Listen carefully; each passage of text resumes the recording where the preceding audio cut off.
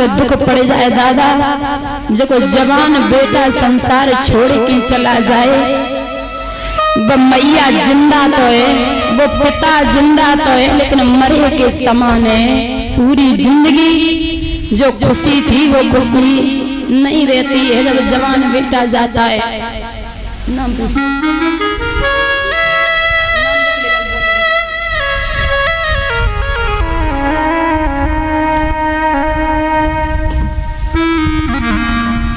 मैया के पास कोई इतना ना जो जगह देवे के जब मैया जब लाश को काहे रखे हैं। जब बाद का माली आया दादा, तो बाद के माली ने जवाब दियो बेना तो काहे पागल हो रही है, बेटा की लाश है वो खराब है, जावे जा शमशान पे जा दफनाए दे जाए।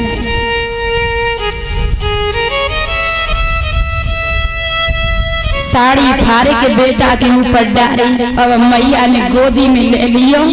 जब मैया ने बेटा को गोदी में उठाया, माली के मोटे शमशान घाट की बात सुनी तो दादा और मैया को कलेजा फट गयो। जवाब दियो बेना जे लला मरो नहीं है जे बेहोश है गो। बाग के मालिक ने जवाब दियो बेना जे लला ने कछु नहीं रो जाए ले जा। बेटा की मैया शमशान घाट पे पहुंची दादा, तो वहां हरिश्चंद्र हैं। हरिश्चंद्र को देख के मैया बबकारी मार के रोई और जवाब दिया महाराज बेटा की लाश दफनाए दे। हरिश्चंद्र बोले कौन हो? महाराज मैं आपकी रानी तारा हूँ, जे आपको बेटा है। हरिश्चंद्र ने जवाब दिया कौन तारा, कैसी तारा, न हम आपको जाने और न जब बेटा को जाने। महाराज जे आपको खूने, जे आपको खूने। राजा बोला मैं नहीं जानता ये कौन है। और राजा हरिश्चंद्र ने दादा मुंह फेरे के रोई लियो, बेटा तो बेटा है। मुंह फेरे के बेटा के काज खूब रोई लियो, आंसू पोंछ के सामने आयो। बिना करके मैं लाश नहीं दफनाऊंगा, पहले हमें कर चाहिए फिर लाश को दफनाऊंगा। जवाब दिया महाराज हमारे पास कछु नहीं है, हम तुम्हें का दे देवे। जब मैया बेखार ने, जब कन्हैया ने हमें परदेश में छोड़ो बिलखत, जब मैया के पास का है जो लला की लाश दफनाए दे तो कछु नहीं है। और रोए के बोली महाराज सावन संकट परो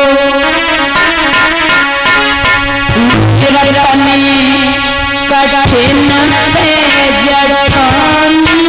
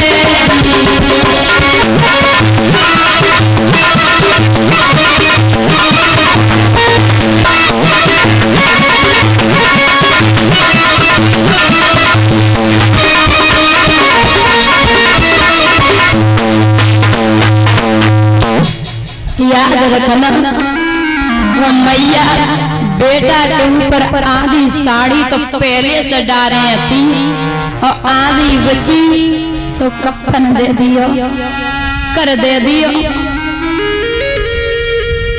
बेटा की लाश दफनाए के बाद वो मैया वहां से निकली तो इतनी साड़ी ना बची, इतना पल्लू ना बचो जो सर पे डाल ले। चिल्लात रही, बिलखत रही, बार बिखड़े परे हैं, तन पे चुनरिया नाए। जब मैया को बेटा गो हो गए, मैया डायन सी हो गई, वह मैया डायन सी हो गई। वह सर पे चुनरिया नाए, केस बिखरे पड़े। जब दुख पड़ता है तो या भूख सताए या नींद, और ये सत्य है, ये बात सत्य है बिल्कुल। वह मैया दुख की मारी गांव के बाहर एक मठिया थी, मंदिर था सती का, वहां लेटे गई। विश्वामित्र ने कहा कि ओ दादा 4-5 बालकन को मार के ही लिटाए दो। आवाज लगाई है, अरे गांव वालों, गांव में एक डायन आई है जो बच्चों को खा लेती है और मार भी देती है। गांव वालों ने सुना, लाठी ले लेके आए हैं, लाठी ले लेके दौड़े नर और नारी। हरिश्चंद्र के कान में आवाज पड़ी तो राजा वहां से दौड़ा। हरिश्चंद्र दौड़ के आए और सब गांव के लोग वहां लाठी ले लेके आए। मैया तो बेहोश पड़ी। हरिश्चंद्र ने जैसे ही देखो जो तो तारा है, जगाया, तारा आप, अरे बच्चों को खा लेती हो, बच्चों को मार देती हो, डायन बन गई हो। हमें तो ऐसा लग रहा है कि तुमने अपना बच्चा मार डालो, अपना बच्चा खुद मार डालो। तारा रोई के बोली, राजा के हाथ में तलवार देखी, महाराज कैसी बातें कर रहे हो, बच्चा काऊ को होवे, बच्चन से हमें बड़ो प्रेम है, हम काय के काऊ को बच्चा को मारिए, काऊ को बच्चा होवे, बच्चन से बड़ो प्रेम है।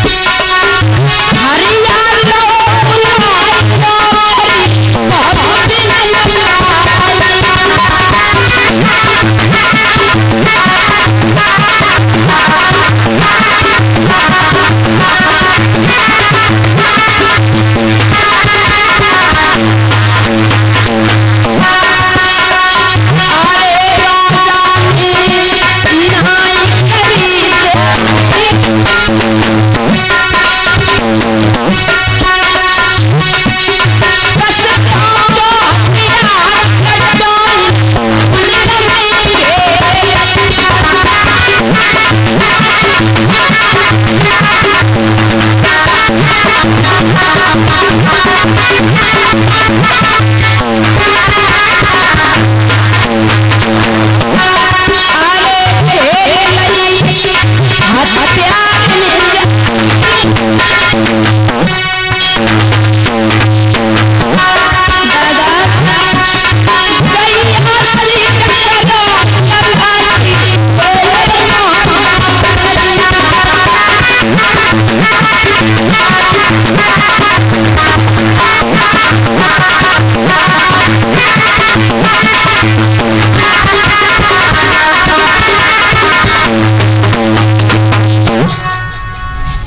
याद रखना दादा, हरिश्चंद्र ने कहा तारा तुम तो डायन बन गई हो।